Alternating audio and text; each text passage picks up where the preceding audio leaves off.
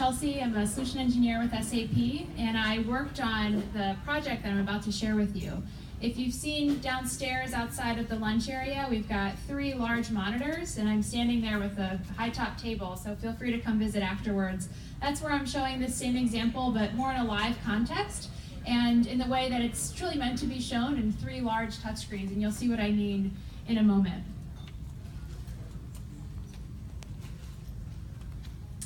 Now, to set the stage for what I'm about to share with you today, Chris mentioned that this is all about managing use cases and taking advantage of live information and live access to data. No, that word has been said, I don't even know how many times so far today, because it's a big buzzword, but it's really at the core of a lot of the change that we're seeing. And the rapid pace of change requires that much more of a deeper understanding of the data that's out there, that's currently there, available today, looking in the past, as well as always looking forward and having that predictive capability at our fingertips. So myself and a couple of teammates used a component of our SAP analytics solution to create what you see behind me here. And it's using what we call the digital boardroom to project how we might manage and have true oversight into some government priorities. We decided to focus on 3 that have a lot of public data available to us, those being American jobs, creating jobs, infrastructure, global trade, and then I also included an example here around a department view. So how can we use analytics and big data to have oversight into some of these large initiatives that span across the US, but also take more of a departmental view of the information, specifically focusing on budget. Now, I mentioned downstairs I'm standing with 3 large screens, and the content is purposefully structured in that way. Starting off with this area here, which is meant to be very much the overview. So this is our starting point for the conversation. From an analytics perspective, we've got a few different viewpoints here. We've got some high-level KPIs on the topics that I mentioned, job creation, infrastructure. We also have a snapshot here, a representation of the most recent jobs report. We included a predictive forecast, leveraging the historical information to always look forward. That's a key component and something that we really prioritize in analytics today. Now, we also have 2 other screens of information available to us, and the middle screen is really about the detail. It's about providing a detailed pulse of information to the user. So this is taking a look at job creation information at a detailed level, and I can toggle and take a look between different job areas and different industries that are thriving. And then finally, the right screen is where we have more contextual perspective. This is where we see geospatial representation of data, giving us more of a high-level conceptual view of the same information.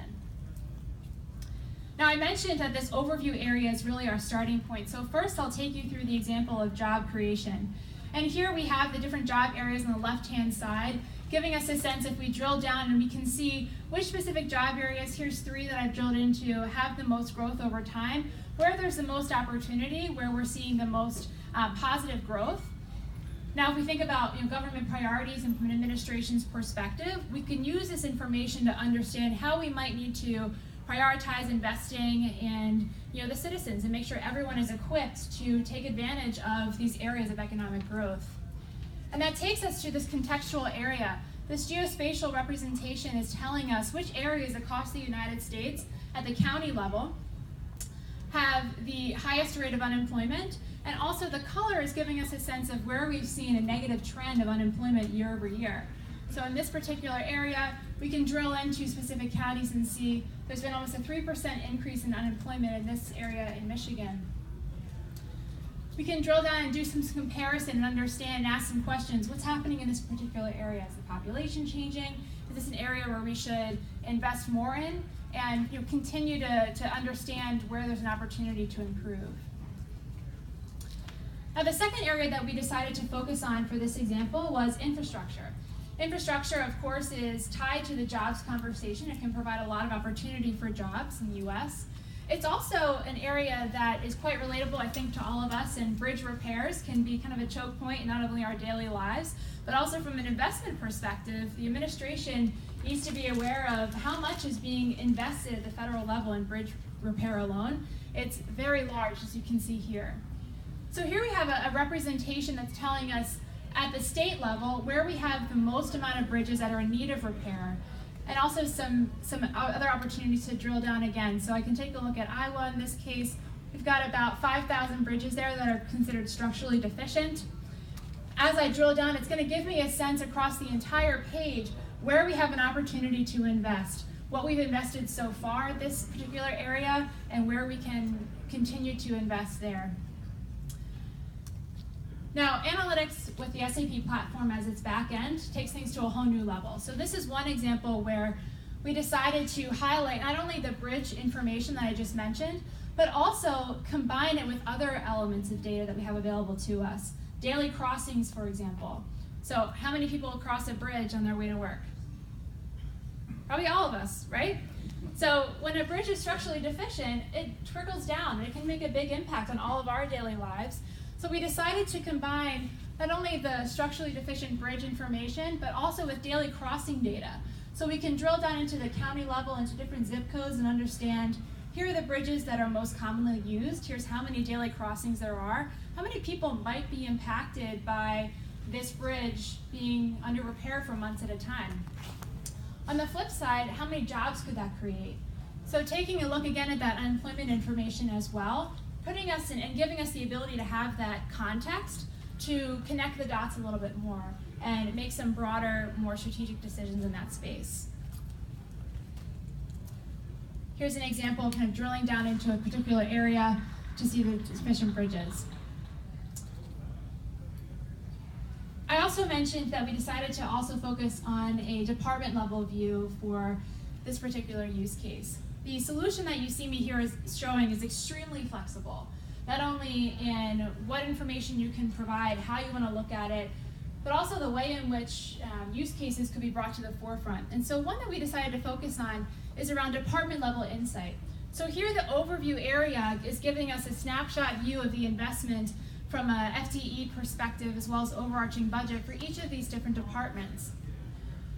I can drill into an individual department, and the middle screen is going to show me not only what information is being publicly pushed out from this department, so we have access to external data, social media feeds, what information is kind of at the forefront of what the citizens are seeing from the Department of Treasury in this case.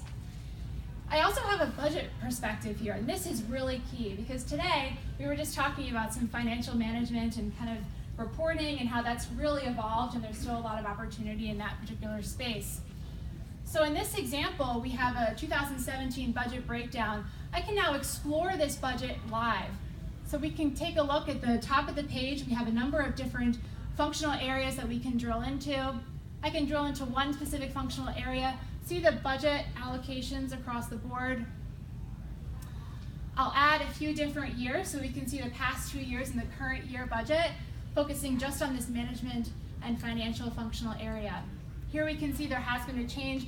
One area we decided to add to the budget or reallocate some funds in the cybersecurity space.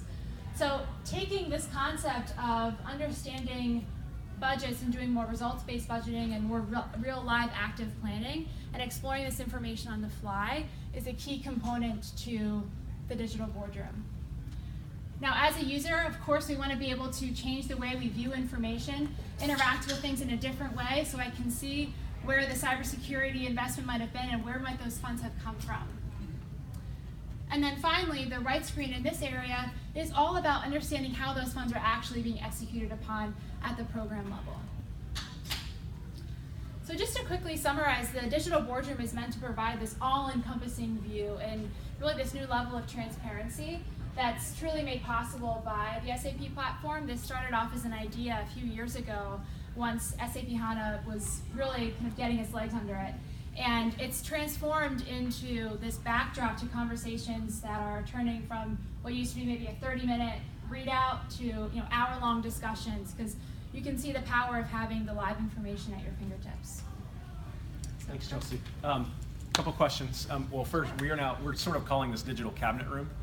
I've worked in government. We didn't often talk about having meetings in the boardroom, but the cabinet concept was pretty known to us. Question: we were limited by the data sets in this particular demo in terms of showcasing the full potential of the digital boardroom product. What features are available that we weren't able to showcase in this particular demo? Yeah, that's a great question. So as I mentioned, we were using information that's publicly available, and you can go and download from the census and a lot of other sites. And I also mentioned how flexible this solution is. And so some of the features that we've highlighted in other examples and that other customers are using are really around the predictive and the simulation capabilities. That's one component that is shown a little bit here in the forecasting, but there's a lot of other opportunity there, to the point where we have what we call value driver trees. So we at SAP use this solution in our leadership meetings, and if you could imagine kind of asking the question, if I were to add 100 FTEs in this particular region, what would that do from to our bottom line in our world? And I can use a slider and just say I'm going to increase up to 50%, and it would give me a sense of all the areas of the organization that would be impacted by that increase in headcount. In a similar way, we have the option to do a lot of simulation and what-if analysis. So we can pull up almost like a manual calculator, if you will, and you could enter in different dimensions or measures and actually calculate what is the potential impact of decisions. So I think the predictive is one area that we're seeing used in a lot of use cases other than this one. Okay. And then you and I talked about how this is not just another dashboard. Or so why isn't this just another dashboard? What makes this solution unique? Yeah, we were talking about what questions, and I said, just ask the question, because everyone thinks that as soon as they see. Is this just another dashboard? What's the difference between this and every other dashboard? And it's a really good question, because data visualization and reporting, that's table stakes. That's what we expect. And I think what makes this truly different is the platform that's underpinning it. So the foundation and what makes a lot of this possible is having the ability to pull in information from a variety of different sources in a consumable and fast way. Being able to dictate exactly how you're going to interact with the information, all the while keeping it self-service so that everyone has the ability to manage it. So I think the biggest difference is not just on the front end from a visualization perspective, it's truly the platform underneath that's the difference maker.